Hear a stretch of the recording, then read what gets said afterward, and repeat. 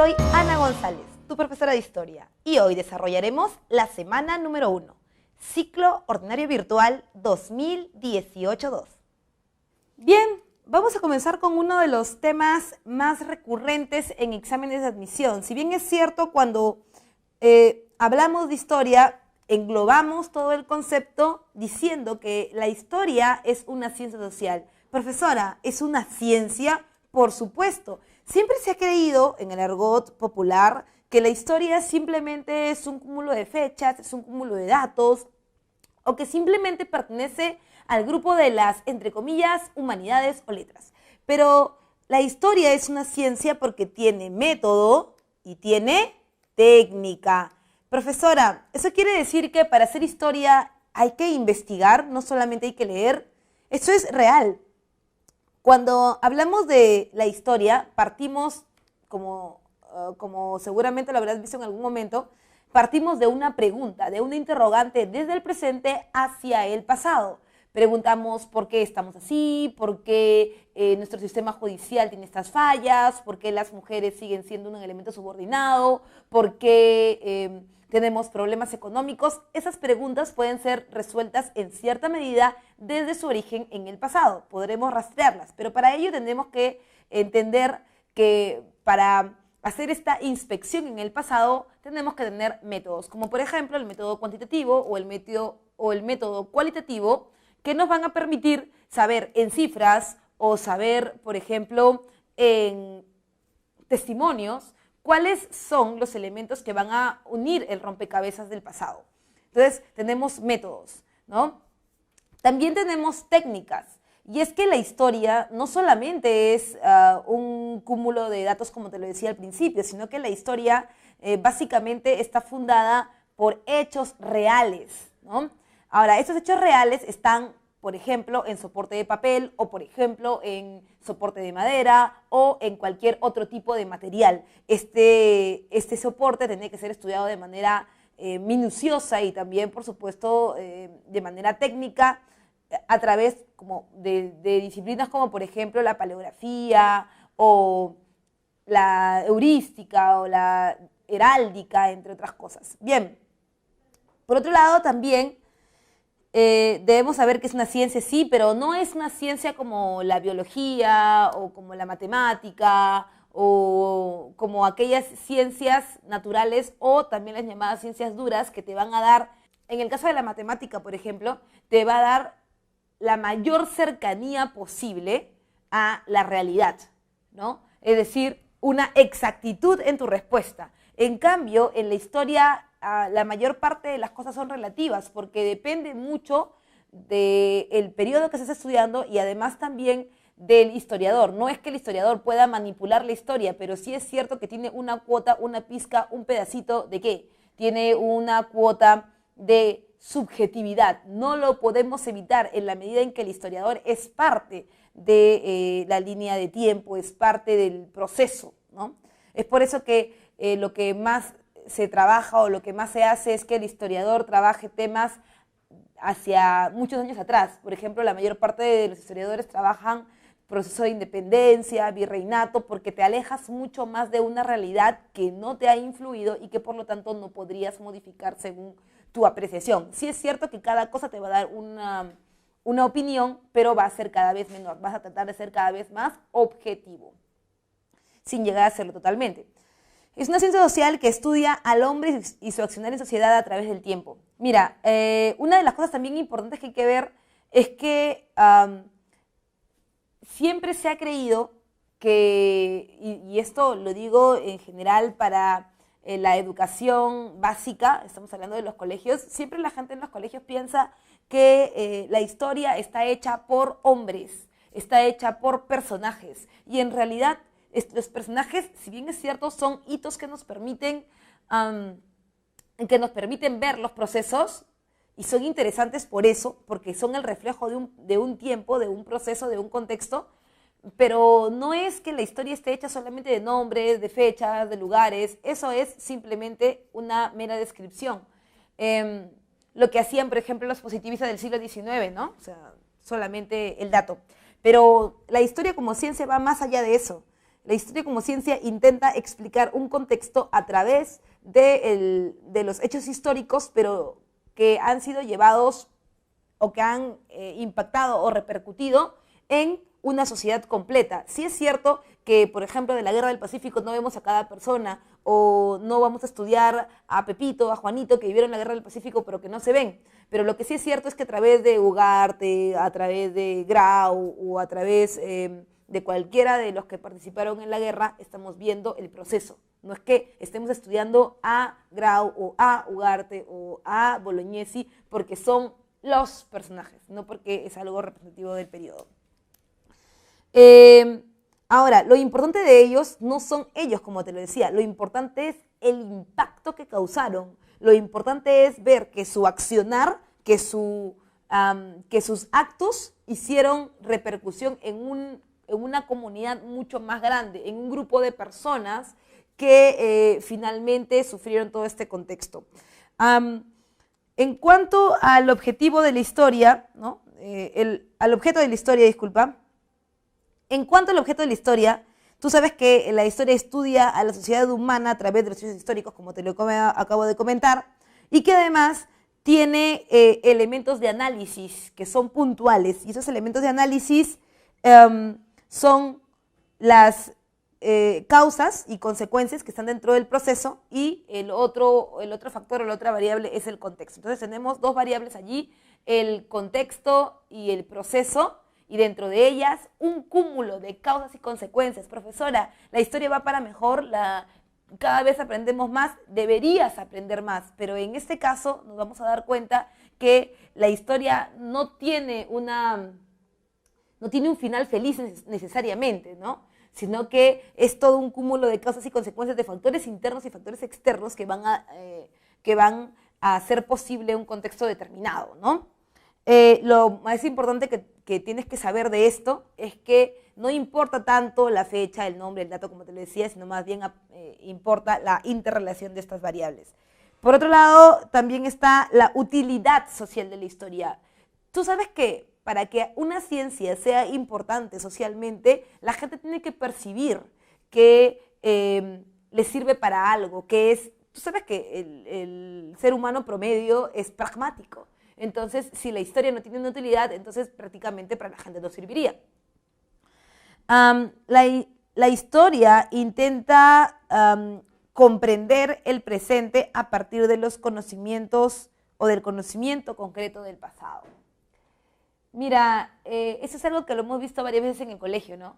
La historia es importante porque no sé, con ella podemos conocer el pasado para comprender el presente y proyectarnos el futuro. Eso es muy cierto. El único problema es que en una sociedad lineal como la nuestra, que vamos a ver ahora en su periodificación, eso prácticamente no se cumple porque siempre estamos mirando hacia adelante y no miramos hacia atrás. ¿Cuáles son las causas que nos hicieron hacer como somos ahora? ¿Cuáles son las causas, por ejemplo, que han hecho que actualmente repitamos el plato? Si te das cuenta, en la coyuntura actual política, en donde el indulto, por ejemplo, ha repercutido en la sociedad peruana, donde los audios de los congresistas, donde los audios de los políticos más importantes están erosionando tu política, ya eso lo hemos vivido antes.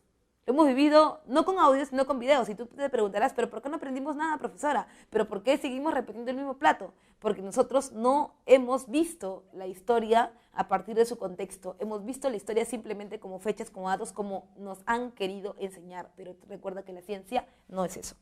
Bueno, por otro lado también hay que darse cuenta que la historia y el historiador en particular no es un profesional que, digamos, se invente lo que va a decir o lo que va a escribir. El historiador es un científico que tiene que tener bases para poder hacer su trabajo. Esas bases o esa materia prima con la que hace su trabajo se llaman fuentes históricas. Las fuentes históricas pueden ser de 4 tipos: fuentes orales, fuentes materiales, escritas o audiovisuales.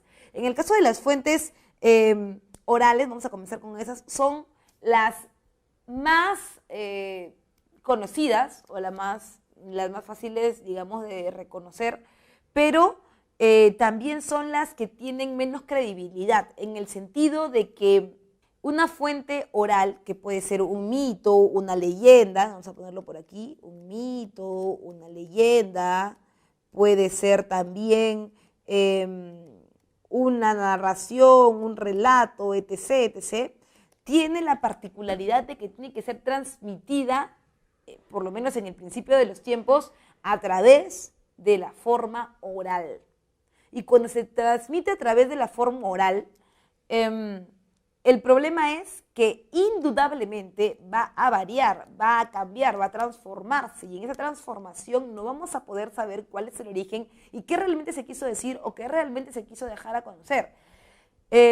Por ejemplo, si jugáramos teléfono malogrado en este momento y estuviéramos en un aula física, yo le diría a uno de mis alumnos, joven, aquí en el salón hay un joven que tiene un polo amarillo. Y si en ese mismo momento, con ese mismo grupo, que son menos de 100 personas, finalmente le preguntara al último de los alumnos que recibió el mensaje, él me diría, profesora, usted ha dicho que hay un alumno que es gay y usted es homofóbica. Yo no dije eso nunca. Solamente dije que había tenido un polo amarillo patito, pero la gente fue poniéndole cosas, quitándole cosas en el medio y reconstituyó mi mensaje, que finalmente no es lo que yo quise decir, pero la gente ya lo transformó. Ahora, ¿te imaginas eso en cientos de años, entre muchas personas, entre muchas comunidades interconectadas? O sea, si yo como historiadora tomara ahora ese testimonio como fidedigno para hacer una producción, en un artículo o escribiera sobre ese punto, lo más probable es que no saldría nada de ahí o que yo estaría destruyendo el contexto y destruyendo también el proceso. Entonces, por eso es que podríamos apoyarnos en el mito, en la leyenda, en la narración como algo, digamos, alterno, pero no deberíamos darle todo el crédito porque es variable, ¿no? Por otro lado están las fuentes materiales. Esas sí son las que tienen más credibilidad de todas, porque recuerda que en el caso de las fuentes materiales, estas no cambian en el tiempo. Si yo tengo una piedra del periodo lítico, que es el primer periodo de la historia peruana, y la traigo, que hace más o menos 14.000 años, la traigo ahora, 14.000, 20.000, la traigo ahora, yo te diría, esta piedra servía para tal cosa. Hace 14.000 años, esa era una piedra. Actualmente es una piedra que yo diga que servía para cortar, que servía para raer, percutar, que servía para descamar. Eso puede variar, esa es mi interpretación.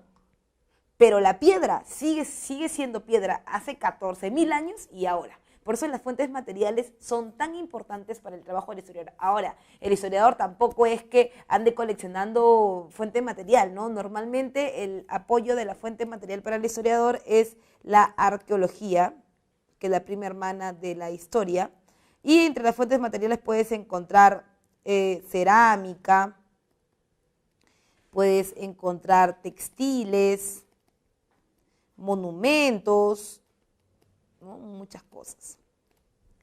Luego tienes las fuentes escritas. Historiador que se respeta usa fuente escrita.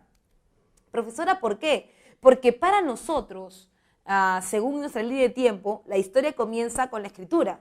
En este caso estamos hablando de la escritura alfabética. Y si hay escritura alfabética, obviamente hay documento, hay papel, hay testimonio, ¿no? Entonces, si bien es cierto, el historiador actualmente le da mucho peso a la fuente escrita porque es la palabra inamovible en el tiempo. También es cierto que hay que tener suma delicadeza, sumo cuidado para trabajarlo, porque una cosa es lo que se escribe y otra cosa es lo que se piensa. Entonces, si bien es cierto, con sus altas y sus bajas, el historiador lo que busca es la objetividad. Las fuentes escritas son las que más utiliza. Hay dos tipos de fuentes escritas, ¿no? Tiene las fuentes impresas y las fuentes manuscritas. En el caso de las fuentes manuscritas, son todas aquellas que están hechas de puño y letra de la persona que las va a elaborar, como por ejemplo los testamentos, los contratos de compra, ¿no? Las ventas, los traspasos, los protocolos, que nos pueden dar mucha información. Profesora, ¿yo para qué querría un testamento? Bueno, el testamento me puede dar mucha información, no solamente de la persona que escribe o de la cual es el testamento, sino también del contexto en el que se encuentra, con quién se relaciona, qué proceso es, cuánto, por ejemplo, si es un comerciante, cuánto dinero mueve. Si estamos en el proceso de independencia y es un comerciante muy famoso, imaginaríamos, por ejemplo, o podríamos llegar a pensar que en ese lugar en donde él está ejerciendo el comercio, el sistema económico no está tan dañado. Hay muchas cosas que podemos hablar o decir sobre eso. Luego están las fuentes impresas, que son aquellas que han pasado, obviamente, por la producción en masa. En este caso tenemos a los periódicos, por ejemplo, y digo periódicos y no diarios porque recuerda que los periódicos se emiten no todos los días, sino cada cierto tiempo, cada semana, cada 15 días, cada mes, pero llevan información de un lugar a otro. También están las revistas, por ejemplo, ¿no? Las revistas, súper importante sobre todo porque las revistas vienen con mucha fuerza en la segunda mitad del siglo XIX, primera mitad del XX. En la primera mitad del 20, por ejemplo, tienes semanarios o revistas que van a permitir que la información sea más fluida, con más imágenes, ¿no? Están las actas y además otros documentos oficiales, ¿no? Por otro lado, también tienes la fuente audiovisual, y en el caso de la fuente audiovisual, esas son las más nuevas, las nuevas que tenemos, tienen unos 50, 60 años más o menos, no mucho. Las fuentes audiovisuales comienzan a formar parte de la historia, sobre todo para el trabajo etnohistórico. El trabajo etnohistórico es el trabajo de recopilación, sobre todo de testimonio oral. Por ejemplo, si quisiera un historiador hurgar en este periodo cercano a nosotros, pero digamos que aún estudiado, diría yo, poco, como es el periodo del conflicto armado de los años 80 y 90, periodo de terrorismo en el Perú. Si alguien quisiera estudiarlo, si un historiador quisiera hacerlo, sí tiene documentos, pero esos documentos aún no, digamos, están completos, ¿no? O muchos de ellos han sido desaparecidos, pero las personas que vivieron el proceso aún están vivas. Entonces podría fácilmente, sin ningún problema, entrevistarlos, y al hacerlo sería interesante ver qué dice él, el actor principal de este proceso, cómo ocurrieron los hechos. Ahora, el problema de esto es que cada persona tiene su propia verdad. Si tenemos muchas personas en un mismo espacio, en un mismo tiempo, en un mismo hecho histórico, vamos a preguntarle a cada una de ellas y cada una de ellas va a responder algo diferente, tampoco diametralmente diferente, pero sí va a tener su propia opinión sobre el proceso, y tú dirás, profe, ¿y entonces a quién le creo? ¿Alguien miente? ¿Alguien dice la verdad? Bueno, en realidad para los historiadores no existe la verdad, existen las múltiples verdades. Cada persona tiene una interpretación del hecho histórico, pero el trabajo del historiador es llevar a un consenso esas entrevistas, esos audios, y poder contrastarlo con la realidad de los documentos escritos, ¿no? Entonces aquí tiene las entrevistas, por ejemplo. También están las fuentes de las cuales se ha servido y han servido a la historia, como por ejemplo las películas, las canciones, ¿no? En el caso de las películas, hay algunas películas documentales, ¿no? También vamos a poner documentales, que han servido mucho al trabajo del historiador, ¿no? Porque la recreación ha hecho, por ejemplo, que se noten algunos espacios, ¿no? Para el trabajo historiográfico. También están los documentales, están las canciones que nos van a permitir dar una entrada a al estudio del pasado, ¿no? Bien, según su procedencia, estas fuentes históricas pueden ser de dos tipos. Pueden ser fuentes directas o fuentes indirectas. Esto sí hay que ponerle mucho énfasis porque ha sido también pregunta de examen. En el caso de las fuentes directas, son aquellas fuentes de primera mano.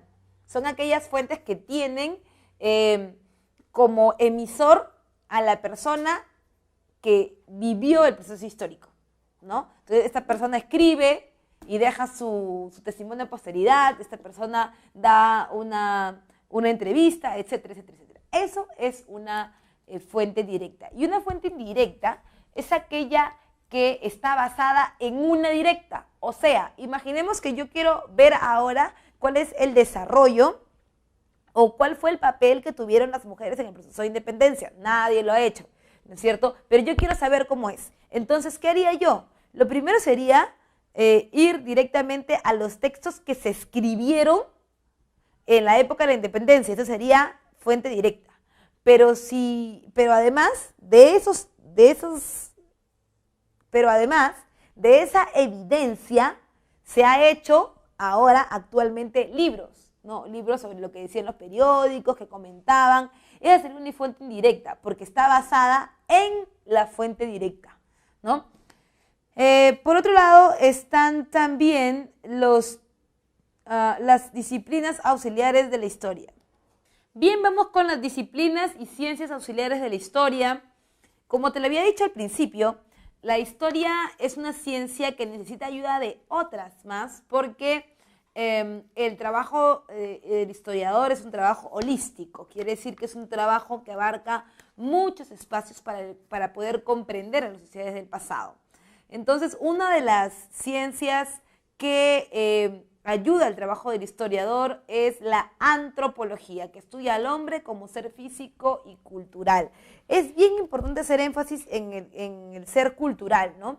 Porque la antropología va a inspeccionar la conducta de las comunidades en relación al espacio o el entorno en el que se encuentran y, por supuesto, también en torno al bagaje tradicional que traen consigo, ¿no? Por ejemplo, interesante el caso de las migraciones, ¿no? Los antropólogos trabajan mucho en migraciones directas, migraciones inversas. Cuando hablamos de la migración y hablamos, por ejemplo, de los venezolanos, ¿no? Los venezolanos han llegado al Perú, hay algunos que dicen no, en realidad nos quitan el trabajo, otros dicen está bien. Ya.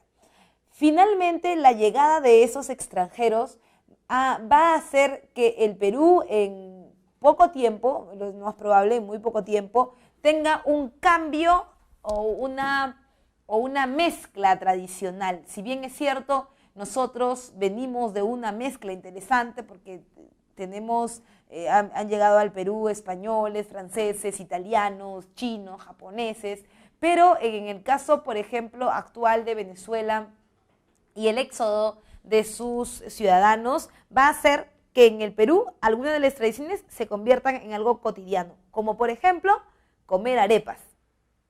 Ves todos los días arepas por la calle, bombitas, ¿no? Ahora la gente ya te dice chamo, chama, ¿no? Todas estas cosas que se van acoplando a los nuevos sistemas y van funcionando en las nuevas sociedades que las han recibido, lo ve la antropología. O sea, ver no al ser humano solamente como un ser físico, como un compuesto de órganos, sino también verlo en su interacción social, ¿no? Por otro lado, recuerda, también está la arqueología. La arqueología es la prima hermana de la historia. ¿Y por qué te digo la prima hermana? Porque ella trabaja codo a codo con la historia. Cuando queremos hablar de la etnohistoria, por ejemplo, cuando queremos hablar, por ejemplo, de la historia de los incas o la historia pre-inca, es imposible poder verlo desde una óptica documental porque no existe escritura, pero es de mucha ayuda el trabajo del arqueólogo porque ellos nos han dotado de los materiales necesarios como quipu, cerámica, textiles para poder entender a las sociedades, ¿no? Por otro lado, también recuerda, está la geografía, y la geografía estudia la interrelación sociedad, medio ambiente. ¿Cómo es que el hombre se adapta a las condiciones geográficas, por ejemplo, de vida? Es muy importante que el historiador sepa ubicarse en el espacio. ¿Y por qué, profesor? Ahí viene el trabajo de la geografía, porque no es lo mismo hablar, por ejemplo, de los hombres que viven en Lima, ¿no? O de los limeños en proceso de independencia, que hablar, por ejemplo, de los cusqueños. No van a vivir igual el proceso. ¿Y por qué no lo van a vivir igual? Porque tienen condiciones geográficas diferentes, porque van a intervenir de manera diferente. Profesora, ¿pero por qué no agarraron un barco y se vinieron a Lima? Porque su condición geográfica no se lo permite. Profesora, ¿pero por qué desaparecen los tiahuanacos, por ejemplo? Porque en el caso de los chavín, por ejemplo, un fenómeno del niño los ataca, o en el caso de los tiahuanacos, una helada los ataca. Entonces, podemos explicar los acontecimientos del pasado a través de la geografía. Siempre, siempre haciendo referencia como argumento muy importante el espacio que se ha ocupado. Por otro lado, también está la sociología, y esta estudia la estructura y funcionamientos de la sociedad. Es bien interesante porque la sociología nos permite crear conceptos que pueden ser utilizados de manera múltiple o variable en las otras ciencias, ¿no? Por ejemplo, dice las funciones de la sociedad, ¿no? ¿Qué función tiene el sistema de gobierno, la república, la democracia? Hay muchas cosas que el historiador utiliza como concepto que vienen de esta ciencia, ¿no? Por otro lado, también está, vamos a ponerlo aquí, están las ciencias auxiliares de la historia. En el caso de las ciencias auxiliares, por otro lado están las disciplinas auxiliares de la historia. Esas disciplinas auxiliares, vamos a ponerlo con otro color, son aquellas que no tienen método, pero sí tienen técnica, ¿no? Es lo que las diferencia. En el caso de las disciplinas está, por ejemplo, la diplomática, y la diplomática estudia los documentos oficiales. Profesora, ¿por qué son importantes los documentos oficiales? Porque una de las fuentes más utilizadas y fidedignas, entre comillas, para el trabajo del historiador es sin duda la fuente oficial. Muchas veces encuentras también que solamente existe fuente oficial, solo existen los decretos, las resoluciones del gobierno. Casi nunca en algunos periodos encuentras alguna alusión de manera particular, ¿no? Por eso la diplomática es tan importante. La heráldica estudia, vamos a poner acá la heráldica, estudia los escudos y blasones. Profesora, ¿qué es un blasón? Un blasón es un escudo de familia, aquel que identifica a los grupos determinados con determinados nivel de parentesco, ¿no? Como por ejemplo el escudo que puedes encontrar en las casas de la Lima colonial, o también, bien interesante verlo en un espectro más amplio en la historia universal. No sé si tú recordarás la guerra de las dos rosas entre los York y los Lancaster. Allí ellos se enfrentaban, pero con un símbolo. El símbolo de ambas familias era su escudo que tenía dentro de él una flor, ¿no? Una rosa blanca y una rosa roja respectivamente, que le van a permitir denominar a esa guerra la guerra de las dos rosas. Por otro lado, también tienes a la epigrafía. Vamos a poner acá epigrafía. En el caso de la epigrafía, es esta disciplina que estudia las inscripciones sobre monumentos. Mira, las inscripciones sobre monumentos pueden ser fascinantes. Por ejemplo, lo dejado por los egipcios, lo dejado por los mesopotámicos, cada una de ellas con un mensaje interesante para un proceso o un periodo determinado, ¿no? Por otro lado, también tienes a disciplinas como la numismática. En el caso de la numismática, ella es importante porque estudia las monedas y medallas. Mira, ese estudio de las monedas y medallas se torna interesante en la medida en que puede darte luces, puede darte la explicación de la expansión de algunos territorios o de algunas sociedades importantes. ¿A través de qué? A través del comercio, ¿no es cierto? A través del comercio. Por otro lado está la paleografía, vamos a ponerla por aquí, paleografía. En el caso de la paleografía, esta descifra la escritura antigua sobre papel. El soporte de papel es bien interesante porque va a permitir ver con mayor detenimiento los documentos, ¿no?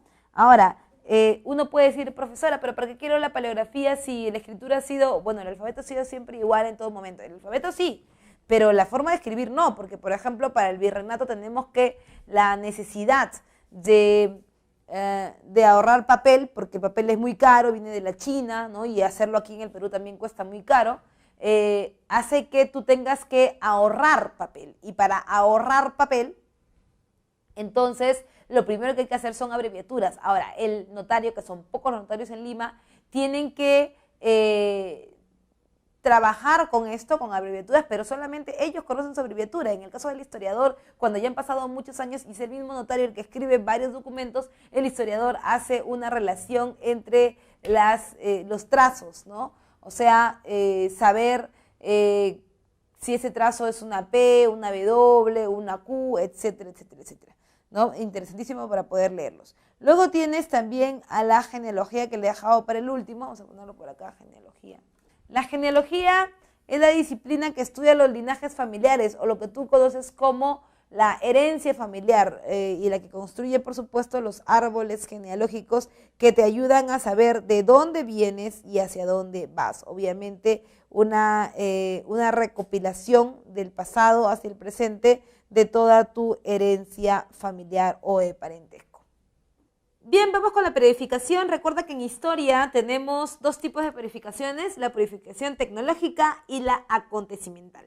Hemos hecho una línea de tiempo para poder ubicarnos mejor, y en la primera parte de esta línea de tiempo, tú sabes que la línea de tiempo está separada por la aparición de la escritura, y hablamos obviamente de una escritura de tipo alfabética, ¿no es cierto? En esa línea de tiempo tenemos para este lado la prehistoria y hacia nuestra derecha la historia. Muy bien. Esta separación entre prehistoria e historia es la misma que vemos acá. La prehistoria está dada por dos edades, la edad de piedra y la edad de los metales, lo cual quiere decir que obedece a un factor de tipo tecnológico. Y la historia obedece a un factor de tipo acontecimental. En el caso de la prehistoria, tienes, como te le dije, el periodo de la edad de piedra y a la edad de los metales.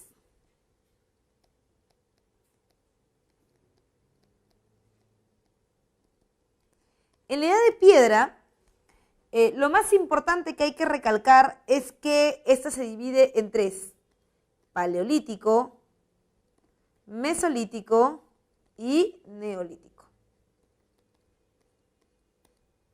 El paleolítico a su vez se subdivide en tres periodos, en tres espacios: paleolítico inferior, paleolítico medio y paleolítico superior. Luego tienes la edad de los metales, que en orden son, vamos a ponerlo aquí, el cobre, el bronce y el hierro. Bien, esta periodificación tecnológica es una forma de ver un periodo que es poco legible para el historiador, ¿no? Pero que a través de los elementos que se utilizan o de los utensilios podemos definir con un poco más de claridad. Por otro lado está la historia, y la historia es de tipo acontecimental. Cuando hablamos de la historia como sistema acontecimental, hablamos de la periodificación de Cristóbal Keller. En esa periodificación de Keller, lo más importante no es el material de uso, sino el contexto en el que se realiza. Aquí tenemos las edades. La primera edad es la edad antigua, la edad media, la edad moderna y la edad contemporánea. Profe, ¿la historia se termina en la edad contemporánea? No, es la edad en la que estamos ahora, pero esta edad puede cambiar y puede aparecer una nueva edad. Ahora bien, con respecto a la edad antigua, en la edad antigua, tú sabes que ahí tenemos a Grecia, ¿no? A los clásicos, Grecia, Roma, básicamente, ¿no? En esta edad antigua, ¿cuándo termina este proceso? Termina con la caída del Imperio Romano de Occidente. ¿Pero por qué cae el Imperio Romano de Occidente? El Imperio Romano de Occidente termina por la intervención de una de las sociedades y de los grupos sociales más importantes de la Edad Antigua, que fueron tomando cada vez más poder, que son los cristianos. Sí, chiquitito, yo sé que tú me vas a decir, sí, profesora, pero las invasiones bárbaras, y estás en lo correcto. Las invasiones bárbaras son solamente la punta del iceberg. En realidad, sí es cierto que los reinos bárbaros golpean la base del Imperio Romano y lo hacen caer, pero este ya venía muy deteriorado, y venía muy deteriorado porque el politeísmo, básicamente de característica romana, en donde había que tributar a los dioses para que te dieran algún beneficio, comenzaba a resquebrajarse, comenzaba a romperse a través de la aparición de un Dios único que no cobraba nada, que era puro amor, que era padre de todos, que creaba la igualdad. Esas características que en Roma nunca se iban a cumplir, la traía el cristianismo. Ahora, el cristianismo empieza a calar muy hondo, sobre todo en las creadoras y criadoras de los nuevos niños, sobre todo las matronas romanas, que van a ser las madres de los nuevos gobernantes. Estos van a comenzar a ver al cristianismo como una alternativa o como una opción más, ¿no? O sea, no van a dejar de perseguir a los cristianos, van a dejar de prácticamente cazar a los cristianos, y van a comenzar entonces una suerte de aceptación del otro, ¿no? Y en este caso, los cristianos comienzan a verse como inofensivos, es más, como prácticamente normales. Es por eso que un Constantino da un edicto de Milán que permite la libertad de cultos, porque su madre lo ha educado en la idea, la matrona romana lo ha educado en la idea de que ser cristiano no es malo, y los cristianos han trabajado muy bien con las matronas romanas. Luego tienes unos años después a un Teodosio, ¿no? Que da un edicto de Tesalónica, en donde ya ni siquiera es normal ser cristiano, sino ahora es lo mejor ser cristiano, porque el cristianismo se ha convertido en una religión oficial de toda Roma. Entonces, te das cuenta cómo poco a poco, momento a momento, son los cristianos los que van avanzando. Es por eso que al final, es más, durante las invasiones bárbaras, los bárbaros se convierten a la religión católica, todos en un solo bloque.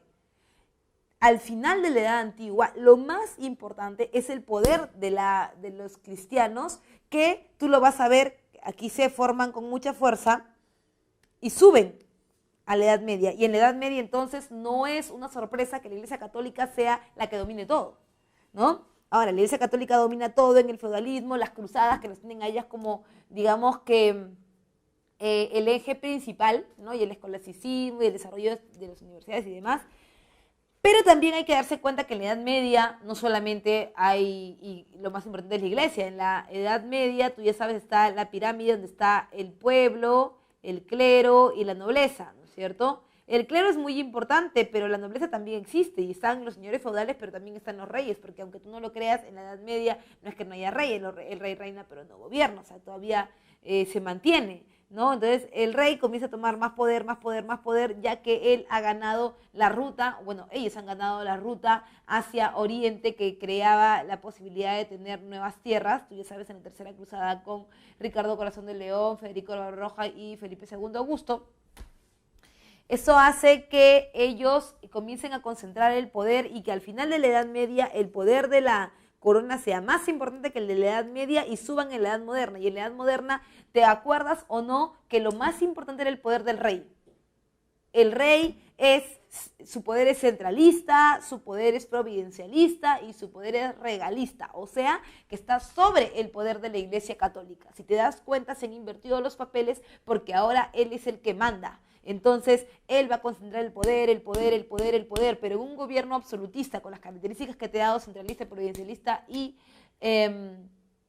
regalista, ¿no? El pueblo es el más oprimido de todos. Este es el más oprimido de todos. Entonces, el pueblo tiene que soportar pagar los impuestos que van a mantener al clero, que van a mantener a la nobleza, y esto hace que el pueblo sea como un resorte que salta y reviente la mano del que lo oprime y finalmente termina por destruir la base de la Edad Moderna, que es la base absolutista, con un levantamiento. Y ese levantamiento, que está impulsado por la burguesía, se llama Revolución Francesa. Y en la Revolución Francesa lo que más importa no es el poder del rey, lo que más importa es la soberanía popular o el poder del pueblo encargado a una persona de manera transitoria, ¿no? Pero que finalmente se reconoce que el poder es del pueblo y que él lo posee, ¿no?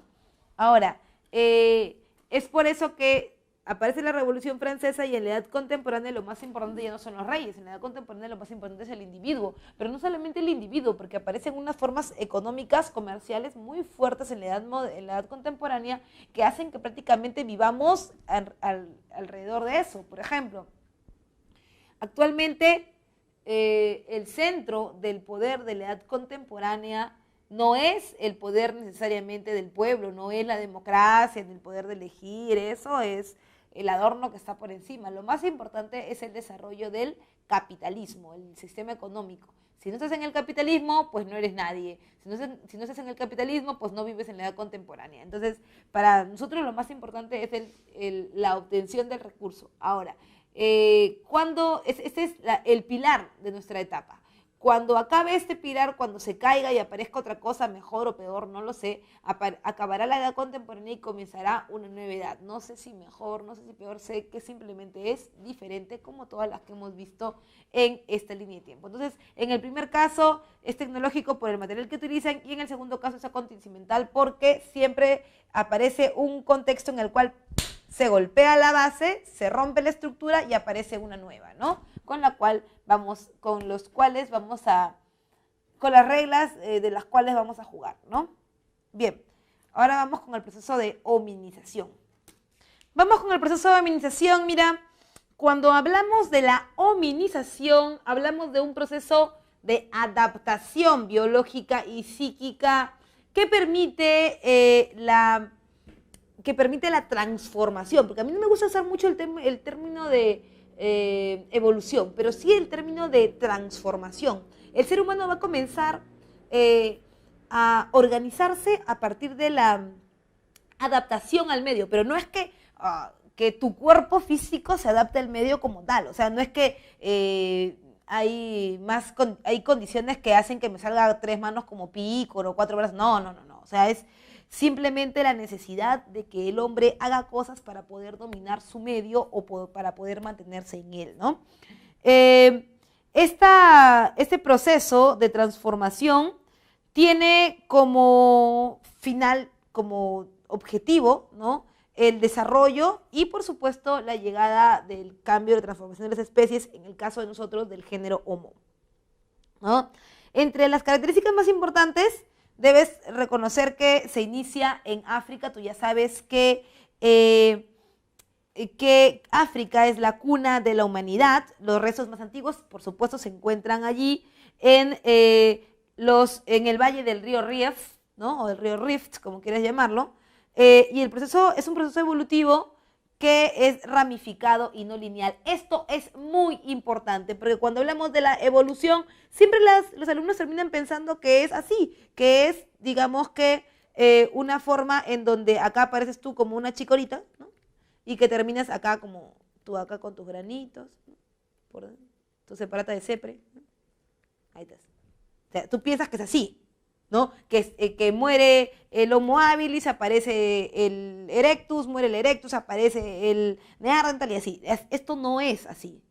Es más, lo que vamos a encontrar en el proceso de hominización es que hay un desarrollo ramificado de las especies. Eso quiere decir que una especie puede convivir inclusive con otra sin ningún problema. Es más, que pueden compartir el espacio, pero ¿cuál va a ser la que triunfe en esa relación, digamos, de propiedad de territorio? ¿O cuál va a ser la que triunfe, digamos, en ese enfrentamiento por el territorio? Es la que se adapte mejor al medio, ¿no? La que le cueste menos cazar, la que tenga más habilidad para pescar, la que tenga más habilidad para recolectar y que pueda mantener a su especie, ¿no? Bien, por otro lado también hay que ver que el proceso de humanización tiene factores, y estos factores los vamos a poner aquí a este ladito, factores.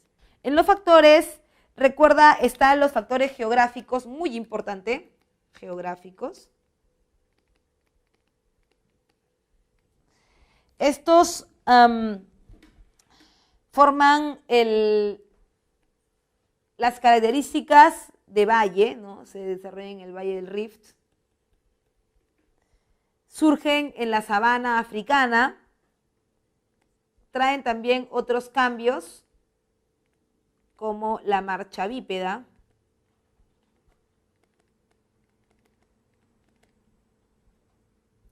La posición erguida, muy importante el desarrollo de columna vertebral, desarrollo completo, y el crecimiento de la masa encefálica, así como cambios en su cuerpo, como la aparición del pulgar oponible. Pulgar oponible y desarrollo de masa encefálica. ¿No? Bien, vamos con los homínidos. Mira, los homínidos, hay que puntualizar bien este concepto, son una familia del orden primate, ¿no? Que se diferencia del resto por ser bípedos, o sea, por tener desarrollo completo de columna vertebral. Esto quiere decir que se dividen en dos géneros diferentes, los australopitecidos y el género Homo, que somos nosotros, los Homos modernos. Ahí tienes el Homo habilis, el Homo erectus, el Neanderthalensis, etcétera, etcétera, etcétera. Bien, ahora sí nos vamos con las especies del género Homo y su división a partir de la periodificación tecnológica. Bien, vamos con el periodo paleolítico. Una de las primeras cosas que debemos tomar en cuenta en este punto es que el paleolítico es un periodo de la conocida edad de piedra, ¿no es cierto? La edad de piedra. En la edad de piedra tenemos tres periodos importantes, recuerda, el paleolítico, el mesolítico y el neolítico.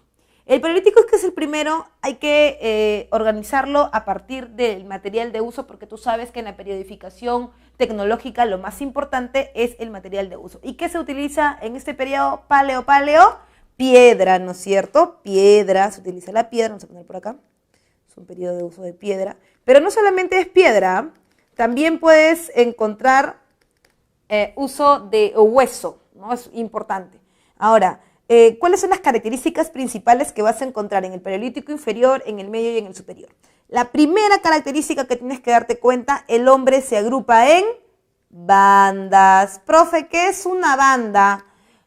Una banda es un grupo de cazadores, pescadores y recolectores que básicamente está formada entre 20 y 25 personas activas, todas ellas que participan en un tipo de organización que no tiene representación. Eso quiere decir que no hay un sujeto único que sea el que organice a la banda, sino que esto va a ser un poder rotativo y que de acuerdo a quién sea el mejor cazador, el mejor recolector, el mejor pescador, vamos a poder organizarnos, ¿no?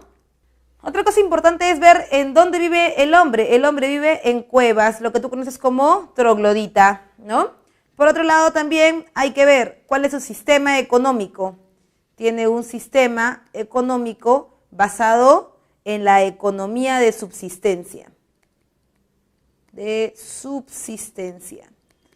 una economía de subsistencia también conocida como economía o sistema depredatorio o también en el argot popular conocido como el sistema parasitario, ¿no es cierto? Es decir, que el hombre de este periodo no produce nada, todo lo toma directamente de la naturaleza y hace uso de él, ¿no?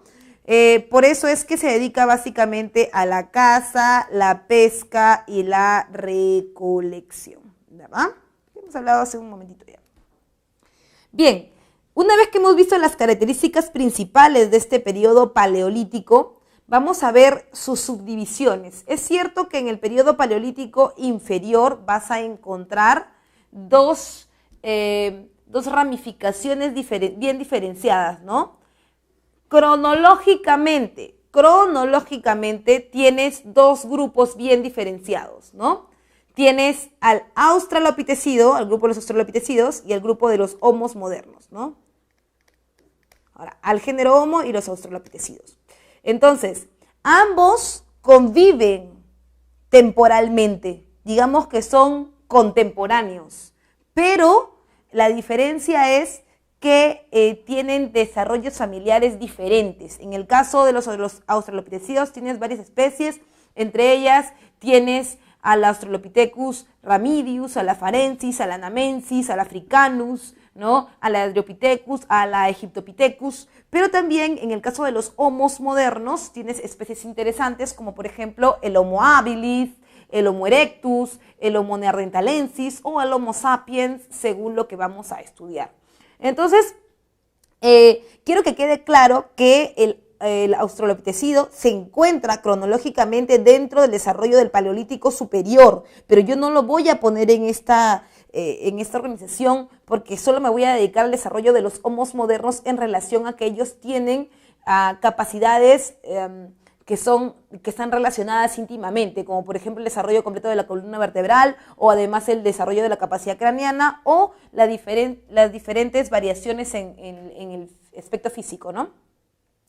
Ahora bien, los australopitecidos, profe, de todos ellos, ¿de quién debo recordar?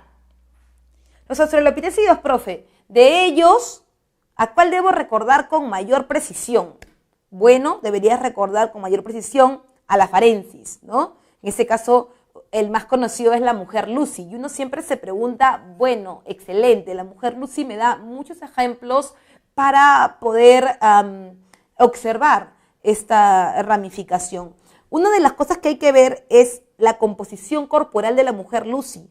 Hay que darnos cuenta que la Farensis sí tiene marcha bípeda, pero no tiene desarrollo completo de columna vertebral. O sea, ahí está la clara diferencia entre un homo moderno y un australopitecido, ¿no?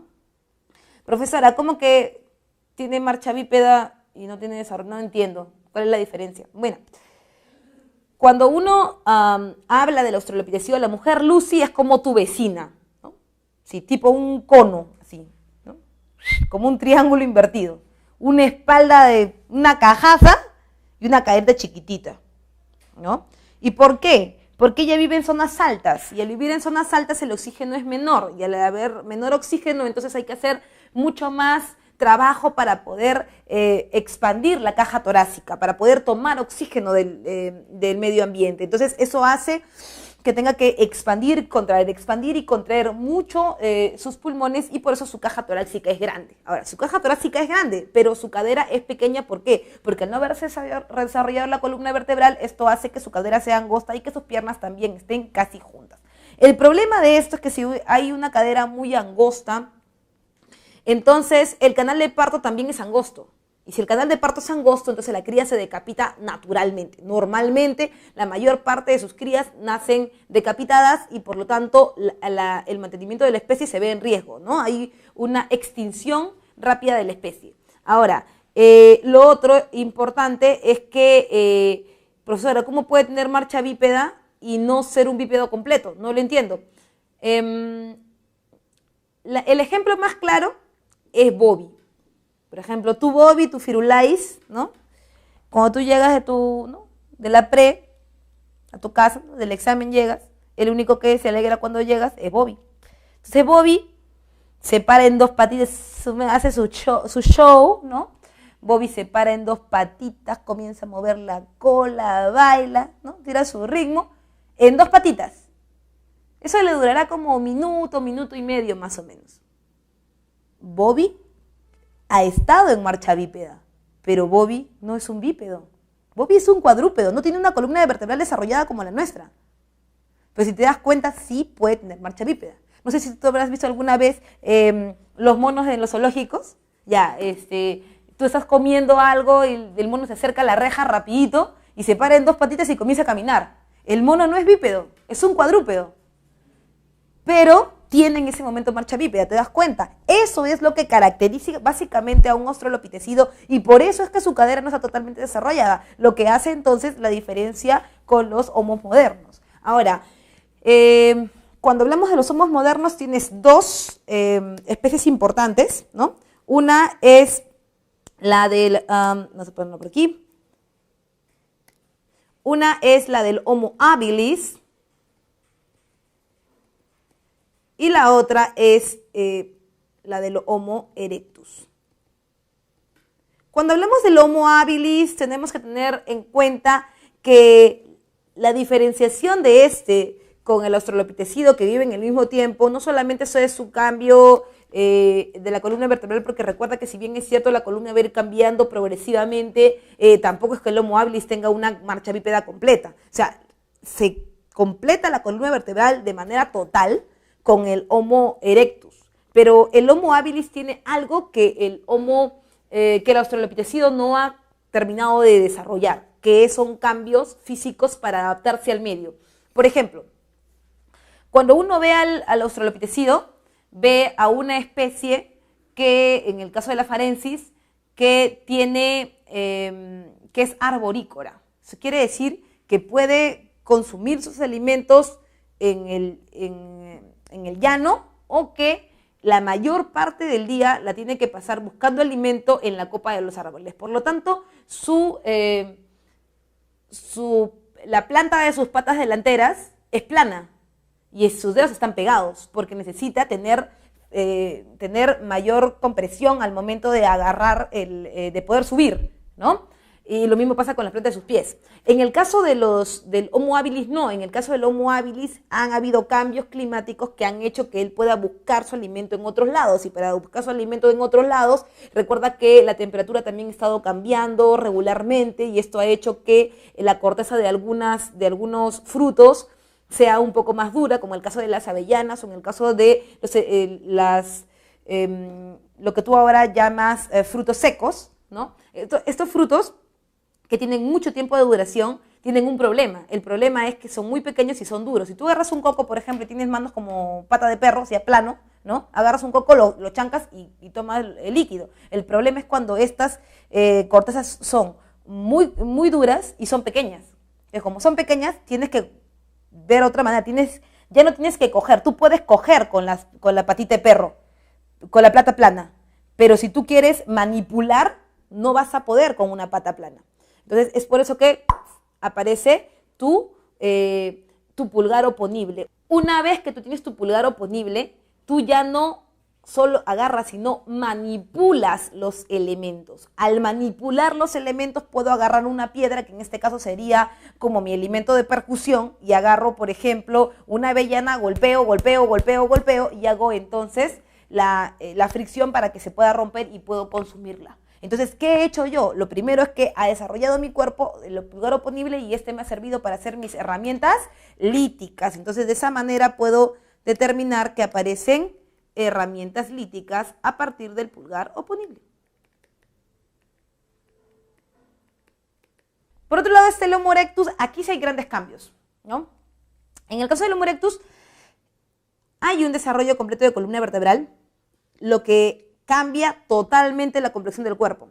Si tú tienes columna vertebral desarrollada, eso quiere decir que tus patas delanteras, que solían ser mucho más largas que las traseras, van a comenzar a reducir su tamaño, ¿no? Para que haya equilibrio en el cuerpo. Por otro lado, también tus patas traseras van a comenzar a enlongarse y por lo tanto a dejar de ser semiflexionadas. Entonces vas a tener una talla un poco más alta. Por otro lado, también la primera y última vértebra de tu columna vertebral encajan perfectamente en la base de la cadera y en la base del cráneo, haciendo que tengas equilibrio en todo el cuerpo. Cuando encaja perfectamente en la base de la cadera, obliga a que la cadera se enderece, ya no está como semiflexionada, sino enderezada, y al enderezarse entonces se ancha la cadera, y al ancharse la cadera también hay un desarrollo del canal de parto. Esto obliga entonces a un mejor nacimiento de las crías y evita la decapitación de estas, ¿no? Que teníamos muchos problemas antes.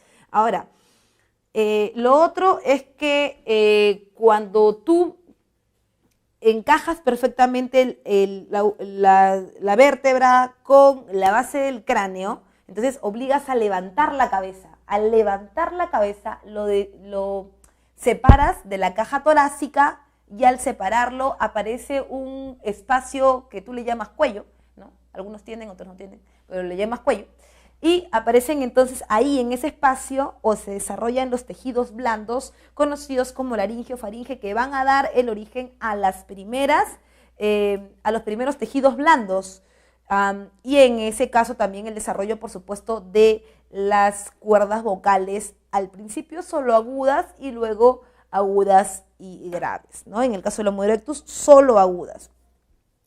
Otra cosa también importante es la disposición de los ojos. Los ojos estaban ligeramente hacia los costados para permitir una visión panorámica. Esta visión panorámica es la que tienen todos los animales que tienen tallas menores a sus potenciales predadores. No sé si tú habías visto alguna vez los conejitos.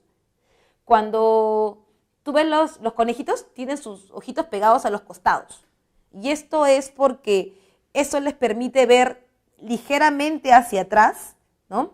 Para ver si alguno de sus predadores viene rápidamente, y él darle un tiempo, unos segundos, para que pueda escapar rápidamente, ¿no? Eso también tenía el Homo habilis, el Homo erectus, y ya lo va a perder porque ahora tiene una posición mucho por encima de sus predadores.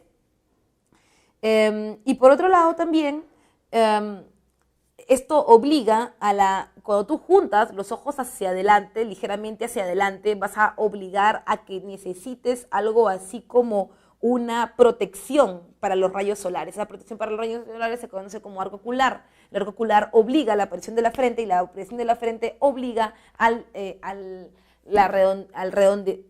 obliga a la redondez de tu cráneo, y eso obviamente aumenta la capacidad craneana, ¿no? Que también es una de las características del Homo erectus. Entonces, tienes muchos cambios, es por eso que también es súper importante esta especie, pero también hay que ver qué está pasando alrededor. Tú miras, profe, lo máximo es el Homo erectus, mire que ya ha cambiado, ahora ya es un bípedo completo, ha cambiado la forma de sus piernas, la forma de sus brazos, ¿no?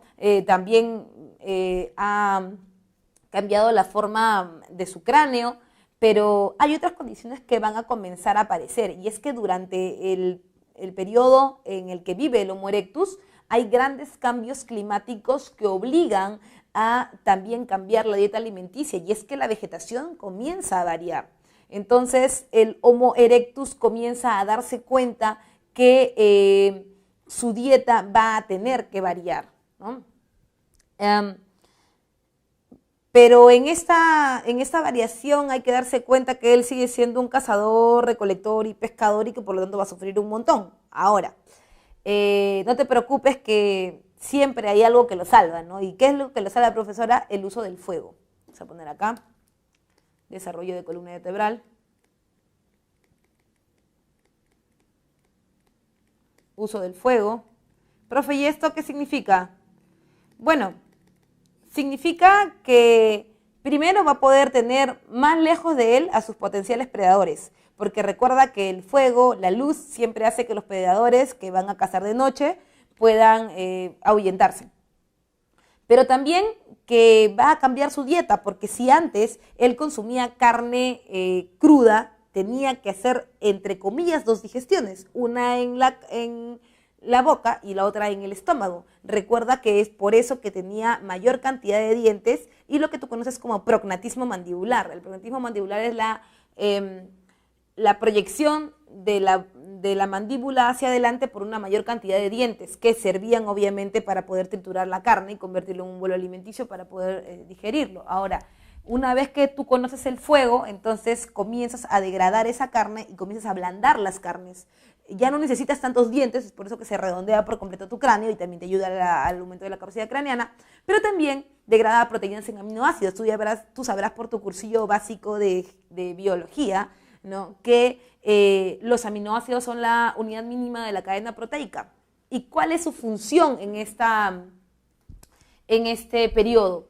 Es muy importante porque una cosa es que tú digas que tiene marcha bípeda porque tiene la posición bípeda y otra cosa es que puede ejercer esa marcha bípeda. Ahora, ¿cuál es la única manera de ejercer marcha bípeda? Cuando hay grupos musculares lo suficientemente fuertes como para caminar largas distancias. Sabes, obviamente, que uno no camina con sus huesos, uno camina con la fuerza de tracción de sus músculos. Entonces necesitas fuerza en el músculo cuádriceps, en el músculo femoral y en el músculo glúteo que te van a permitir caminar largas distancias. Y recuerda que tú eres un cazador, pescador y recolector y que está cambiando la vegetación, por lo tanto tienes que recorrer largas distancias. Entonces, este uso del fuego es como una bomba de fuerza para los músculos, para alimento para tu cerebro, porque finalmente también te ayuda al aumento de la capacidad craneana. El Homo erectus lo es todo. O sea, los grandes cambios que van a tener físicamente, sobre todo el hombre, es a través del Homo erectus, ¿no?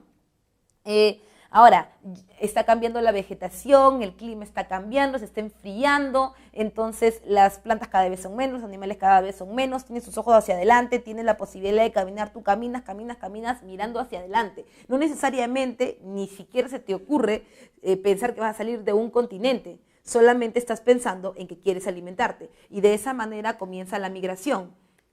La migración de venecos, no, la migración del el Homo erectus. En el caso de la migración, llega hasta Europa y Asia. ¿De dónde sale, profe? Sale del África. ¿Y a dónde se va? A los continentes más cercanos, como Europa y Asia, ¿no? La primera vez que migra. Luego tienes en el Paleolítico Medio al Homo neanderthalensis. Vamos a ponerlo acá. Y el hombre neandertal tiene dos características básicas que varias veces les hemos revisado. Una es la aparición de los entierros con ideas mágico-religiosas. ¿Por qué se dice que tienen ideas mágico-religiosas? Bueno, básicamente porque ese entierro es intencional. Eso quiere decir que ellos han buscado la manera de enviar un mensaje. Si digamos, somos un arqueólogo del año 5000 y encontramos tu cuerpo, ¿no?, en la puerta principal de San Marcos, ¿no?, en posición como paradito, esperando ingresar a la universidad, ¿no? Eso no diría en ningún momento que la intención fue enterrarte así, de repente pasó mucho tiempo, muchos exámenes, no lo sé, y quedaste ahí petrificado. Pero si encontramos tu cuerpo, ¿no?, en tu facultad, enterrado, en la mitad de la facu, en posición fetal o de cúbito ventral, eso quiere decir que te estamos enterrando como nacen los seres humanos, en este caso como nacen los homos, como ellos se han dado cuenta que llegan los niños a la vida, por lo tanto están pensando en que no estás muriendo, sino es que estás dejando la vida terrenal, esta vida donde están todos ellos y vas a pasar a una nueva vida. Es más, hay momentos en los cuales después de esto vas a encontrar el mismo tipo de entierro, pero ahora con ajuar funerario. Eso quiere decir que te entierran con tu punta de lanza, te entierran con tu, no sé, a ti te enterrarían, por ejemplo, con tu celular, con tu separata de la pre, todas tus cosas que necesitas, te enterrarían ahí para una nueva vida. ¿Te das cuenta? Entonces, esto de los entierros tienen ideas mágico-religiosas porque hay una intención de creer en vida después de la muerte. Ideas mágico-religiosas. Y por supuesto la aparición del lenguaje articulado. ¿Qué significa esto, profe?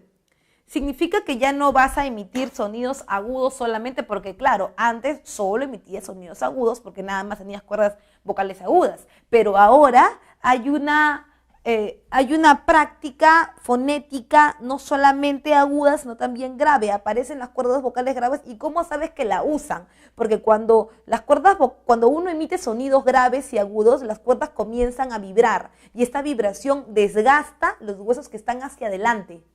Entonces, este desgaste me permite saber que efectivamente hubo una combinación, una conjunción, hubo una mezcla de sonidos que diariamente se emitieron con un mensaje determinado y un significado determinado, ¿no? Es lo que diferencia, por ejemplo, del Homo erectus. El Homo erectus, si bien es cierto, chillaba como rata, pero no quiere decir que haya tenido esa combinación, y mucho menos que haya tenido significado lo que decía, ¿no? Por otro lado está el Paleolítico Superior, y en el caso del Paleolítico Superior, lo más importante es ver de ti, porque recuerda que este eres tú, ¿verdad? Ese es el hombre de Cro-Magnon, que coloquialmente también llamas Homo sapiens. Mira, una de las cosas más importantes del hombre de Cro-Magnon es que tú tienes que darte cuenta que él ya físicamente no tiene grandes cambios. O sea, así como tú te ves ahora, como ves a la gente ahora, así es el hombre de Cro-Magnon, con sus altas y sus bajas y todo lo que tú quieras. Pero no hay grandes cambios, no es que le va a salir otro brazo, ni tiene 4 piernas, no. O sea, así como tú eres ahorita, así está. Ahora, este hombre de Cro-Magnon, si bien es cierto, no tiene cambios físicos, ya ha logrado el desarrollo de muchas habilidades. Por lo tanto, tiene tiempo para dedicarlo un poco más a la especialización. No estamos diciendo que va a ser un súper especialista, pero va a empezar a hacer actividades que antes no hacía, primero porque no tenía la capacidad craneal lo suficiente, y segundo porque tenía que gastar casi todo su tiempo en buscar alimento, ¿no? Bien, entonces aquí el hombre va a tener arte rupestre. Se va a dedicar a hacer arte rupestre, o tú también lo que tú conoces como arte parietal, ¿no? Y por supuesto también arte mobiliar. Profe, ¿qué significa eso, arte parietal, arte mobiliar o arte rupestre? Yo no entiendo, profe. El arte rupestre, o también llamado arte parietal, es el arte que él va a hacer en las paredes de las cuevas. ¿Con qué? Con un sentido pedagógico, educativo, recordatorio. Cuando él caza, no caza todos los días. Él tiene que recordar cómo se caza, cuál es la técnica. Para hacerlo, entonces, lo dibuja en las paredes de las... Tampoco son unos dibujazos, ¿ah? Son un pedacito que hace, ¿no? ¿Pero para qué? Para darle un sentido pedagógico. Entonces, este hombre va a comenzar a desarrollar otras habilidades que le van a permitir vivir mejor, organizar mejor el tiempo para luego poder diversificar este tiempo. El arte rupestre, entonces, es el arte que se pone en la pared de las cuevas, es algo así como tu primer muro de Facebook, ¿no? Donde pones todo lo más importante, ahí él también lo pone. El arte mobiliar es el que puede ser transportado. En ella vas a encontrar las Venus del Paleolítico, ¿no? Las Venus del Paleolítico son esas mujeres regordetas, con el abdomen abultado, las mamas grandes, las caderas anchas, que representan un símbolo de fertilidad, ¿no? Fertilidad femenina. Importante, ¿por qué? Porque para que la especie se mantenga, necesitas tú reproducción, reproducción, reproducción, reproducción. Punto número 2, no solo necesitas reproducir, también necesitas mantener a la cría, y la cría se va a mantener los primeros años de vida sin enfermar o morir con un tipo de barrera natural, que sería la leche materna.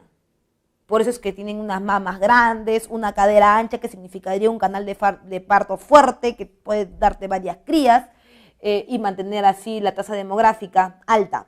Ahora, lo otro, ¿por qué esta forma de las Venus del Paleolítico? ¿Por qué una mujer recordeta, en contraposición a lo que habíamos visto con la mujer Lucy? Un canal de parto angosto es una mujer que no va a poder mantener esta especie. Lo otro, estamos en un periodo de cambios climáticos, y si no se apela a que las mujeres tengan la mayor cantidad de hijos posible, esto se puede acabar. Y tú recuerda que todas las especies están buscando mantenerse en el tiempo. Ese es su objetivo principal, ¿no? Finalmente tienes que el hombre de Cromañón también se va. En el Paleolítico Superior aparece la migración hasta América. A América. Ahí llega el hombre profesora y el hombre, ¿por dónde vino? ¿Cómo fue? Eso es tema de nuestro siguiente capítulo, pero te voy adelantando que hay varias teorías que hablan acerca de la llegada del hombre a América. Lo que no va a cambiar nunca es que el hombre efectivamente y para todas las teorías llega en el periodo del Paleolítico Superior. Aquí no se desarrolla, en América no cambia nada. Él ya viene desde otro lado del mundo, desde cualquier parte del mundo, con las condiciones de las cuales hemos hablado. Bien, nuestra siguiente parada es el Mesolítico.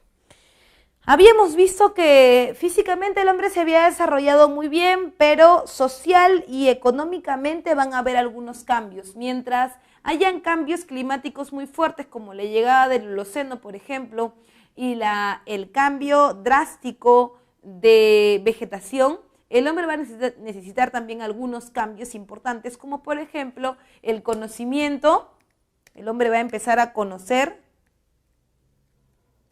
el ciclo de vida de las plantas y los animales. ¿Por qué? Porque él se ha dado cuenta que dentro de muy poco ya no va a poder cazar, pescar y recolectar, porque casi ya no hay nada para alimentarse. Entonces él tiene que comenzar a manipular la naturaleza. Esto que lo que conocemos como manipulación de la naturaleza, tú lo conoces también como horticultura y domesticación de animales. Domesticación de animales. Ahora, profesora, la horticultura entonces es algo así como una agricultura inicial, como una agricultura incipiente. Sí, claro. El hombre va conociendo cómo es que se germinan las plantas, cuándo dan frutos, cuándo dan flores, cuándo ya no dan nada, ¿no? Y por eso es que comienza a observarlas, pero necesita tiempo. Y como necesita tiempo, entonces se agrupa en aldeas estacionales. Las aldeas estacionales son, como su mismo nombre lo dice, establecimientos por periodos cortos de tiempo, algunos meses, varias semanas, que le permitan ir monitoreando las plantas y los animales, pero que cuando acabe la estación del año se va a tener que ir a otro lugar. También debes saber que el hombre se agrupa en clanes.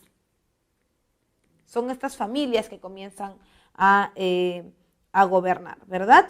Entonces, en el Mesolítico lo podemos ver como si fuera un tránsito o un puente en donde el hombre empieza a conocer el ciclo de vida de las plantas y los animales. Es un periodo ahí de reconocimiento también de la naturaleza. Vive en aldeas, se agrupa en clanes y desarrolla horticultura y domesticación de animales. Por otro lado está el periodo neolítico. Digamos que el neolítico es la meta productiva del hombre. Si tú te das cuenta, en el periodo paleolítico el hombre no produce nada, es un parásito, vive en la naturaleza. En el mesolítico ya mejoró la cosa, el hombre está empezando a chequear cómo es la relación entre las plantas y los animales. Y en el neolítico ahora sí ya sabe todo, y es por eso que vamos a recordar el neolítico como una gran victoria, digamos, del hombre de Cromañón, lo que tú conoces como la revolución neolítica, que está organizada a través de dos conceptos: la agricultura y la ganadería. ¿Qué significa esto, profe? Que de tener una economía de subsistencia, luego pasar a un conocimiento, a un sistema exploratorio, ahora ya lo sabemos todo, y tenemos una economía de tipo productora. Ahora no nos interesa si cambia el clima, no nos interesa si los animales se van, si las plantas se van, porque nosotros mismos podemos producir. Ya podemos, y si tú puedes producir, eso quiere decir que no tienes que caminar para buscar alimentos. Si no tienes que caminar para buscar alimentos, te conviertes en un sedentario. En el caso del Paleolítico éramos nómades, íbamos de un lugar a otro buscando el alimento. En el caso del Mesolítico ya estábamos en aldeas, o sea, éramos unos seminómades, y en el caso del Neolítico ya no tenemos por qué movernos porque lo tenemos todo a nuestra disposición, por lo tanto somos sedentarios. Ahora, si tú eres sedentario, hay varias cosas que aparecen en el medio, como por ejemplo que ahora tengas excedente de producción. ¿Qué quiere decir esto? Quiere decir que si yo soy un agricultor y siembro, por ejemplo, una hectárea de ají, entonces yo voy a comerme un poco de eso, y el resto lo voy a reservar. ¿Para qué lo voy a reservar? Primero, para intercambiar con mis vecinos, lo que tú conoces como trueque, ¿no es cierto? Y lo que me sobra, lo que ya yo no voy a comer y tampoco voy a intercambiar, porque no es que todo lo intercambie, se conoce como excedente de producción. Ese excedente de producción yo lo puedo guardar para alimentarme luego, ¿no es cierto? Van a haber muchas técnicas que me van a permitir mantener los alimentos por mucho tiempo, que en el caso del Perú se han utilizado mucho, como por ejemplo la deshidratación de estos, y en el caso del mundo también han habido formas, ¿no? Entonces aparece el sedentarismo, el excedente de producción, los trueques o los intercambios, ¿no? Y por supuesto aparecen las sociedades complejas. ¿Qué significa que aparezcan las sociedades complejas? Significa que aparecen espacios habitacionales en donde no solamente la gente vive, sino que como hay mucho tiempo, porque todo el tiempo se van a quedar ahí, toda su vida se van a quedar ahí, estas construcciones van a comenzar a jalar otras ideas, como por ejemplo edificios organizacionales. Ahí tienes a los edificios administrativos, religiosos, edificios públicos, entonces se convierte en una sociedad compleja que también llamamos ciudad. ¿Te das cuenta? Entonces, cómo hemos ido avanzando, tanto física como socialmente, en el desarrollo de la humanidad. Finalmente nos queda ver solamente la edad de los metales, rapidito. Vamos a hacer nuestra línea de tiempo, ¿no? Y hemos acabado la edad de piedra y como hacemos la edad de los metales, ya sabes por el instrumento que se utiliza. Vamos a ponerlo por acá. En la edad de los metales, en orden: cobre, bronce y hierro. Profe, o sea que, chévere, profe. O sea, usted me está queriendo decir que en un momento usábamos piedra y al día siguiente ya usábamos metales. No, no, no, no, chiquitito. No seas así, por favor, no digas lisuras. No, no, no. Mira, cuando hemos hecho el paso de la edad de piedra a la edad de los metales, el primero de los metales es como un puente, como un tránsito en los elementos que vamos a utilizar. Este puente, este tránsito que tú ves acá, que es la edad de cobre, ¿no? Todo esto se le conoce como el periodo calcolítico. ¿Por qué lo conocemos como el periodo calcolítico? Porque vamos a utilizar tanto piedra como metal. Es un periodo de tránsito, este cobre es bien importante. Ahora, el cobre es un metal muy débil, muy maleable. El cobre es poco tenaz, por lo tanto, no opone mucha resistencia a ser roto. Con esto te quiero decir que como no es muy consistente, entonces no puede servir para hacer armas. ¿Qué hago con el cobre? Hago adornos o utensilios, ¿no? Profesora, pero entonces ¿para qué me serviría la piedra? La piedra me sirve para moldear el cobre. Yo tengo una lámina de cobre, golpeo, golpeo, golpeo, golpeo, golpeo y le doy forma a eso. Una estatuilla, por ejemplo, un adorno diverso de sistema religioso, pero no para pelear, porque si peleo me sacan la chochoca, porque finalmente no tengo la suficiente fuerza de armas como para poder defenderme en ese momento. Entonces, tienes la edad de cobre. Ahora, la edad de bronce. El bronce es mucho más interesante porque aquí hay una aleación, ¿no? Y la aleación es cobre más estaño. la suma de estos dos metales hace que el bronce sea mucho más tenaz que el cobre. Por lo tanto, con él puedo hacer armas. Puedo hacer monedas. Tengo el clavo. ¿Y eso para qué me sirve, profe? Tú te das cuenta, una vez que tienes bronce y haces moneda, eso significa comercio pequeñito. Comercio. Profe, un ratito, pero hace rato también teníamos comercio, pues, profe, porque usted dijo en el periodo neolítico que habían intercambios, que habían trueques, ya pues es comercio. No, no te confundas. En el neolítico hay trueque. El trueque no significa que haya intervención de moneda. Si no hay moneda, no hay comercio. ¿Dónde aparece el comercio? Cuando aparece la moneda, o sea, en el bronce. Entonces, eso quiere decir que yo voy a poder hacer comercio a gran escala. Voy a poder acercarme a sociedades que nunca había visto con el clavo y la moneda. Profe, ¿y por qué? Bueno, con la moneda no tengo que intercambiar. Si yo soy un ganadero, ¿cómo llevaría mi vaca al otro continente? No puedo, ¿sí o no? Si yo quiero llevar, por ejemplo, mis bueyes hacia, no sé, cruzando los mares, no puedo. Profesor, ¿y por qué habla del mar? Porque para la edad de bronce, la mayor cantidad de comercio se hace por el mar. Entonces tú no puedes subir en una embarcación una vaca, ¿no? Te acabas con todo. Entonces, ¿qué haces? Llevas tu moneda. Cumple las características que ha hablado tu profesor de economía, ¿no? La moneda es de fácil transporte, es divisible y además se da en grandes cantidades. Por lo tanto, puedes hacer comercio.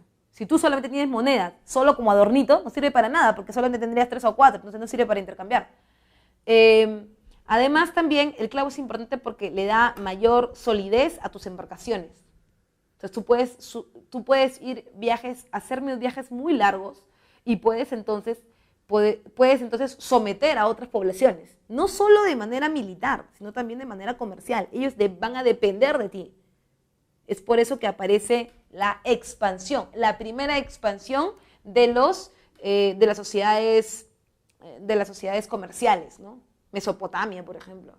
Entonces, ahí aparece. Lo otro, en el bronce aparece, como no, la primera forma de escritura. La escritura cuneiforme. Aparece el Estado, ¿no? Desarrollado ya como un sistema fuerte y orgánicamente constituido. Por otro lado, la última que vamos a ver es el hierro, ¿no? Y la edad de hierro, impresionante. Si yo con mi moneda podía llegar a donde yo quisiera, a donde las embarcaciones me pudieran llevar, y por eso podía tener cientos de conexiones y podía expandirme, porque se expande con el bronce, con el hierro ya, porque recuerda que el hierro es un metal altamente fuerte. Es el metal de las armas por excelencia, ¿no? Profesora, ¿y eso qué quiere decir? Que si tú tienes hierro y lo conoces a gran escala y lo trabajas, eres una sociedad guerrera. Y si yo soy una sociedad guerrera, entonces quiere decir, obviamente, que puedo conquistar, ¿no? Y si conquisto, con mi gran ejército, imagínate que tú eres una sociedad del bronce, y yo vengo y quiero mechar contigo, entonces saco mi espada de hierro y te parto tu espada de bronce en 50 pedazos y te anexo. Al anexarte, ¿tú qué eres de mí? Mi esclavo, ¿no? Mi prisionero de guerra, o sea, mi esclavo. Aparecen las sociedades esclavistas. ¿Como quién, profe? Como Egipto, por ejemplo. ¿Te das cuenta? Entonces, de esa manera hemos dividido la edad de los metales y con eso hemos llegado al final de nuestra semana número 1.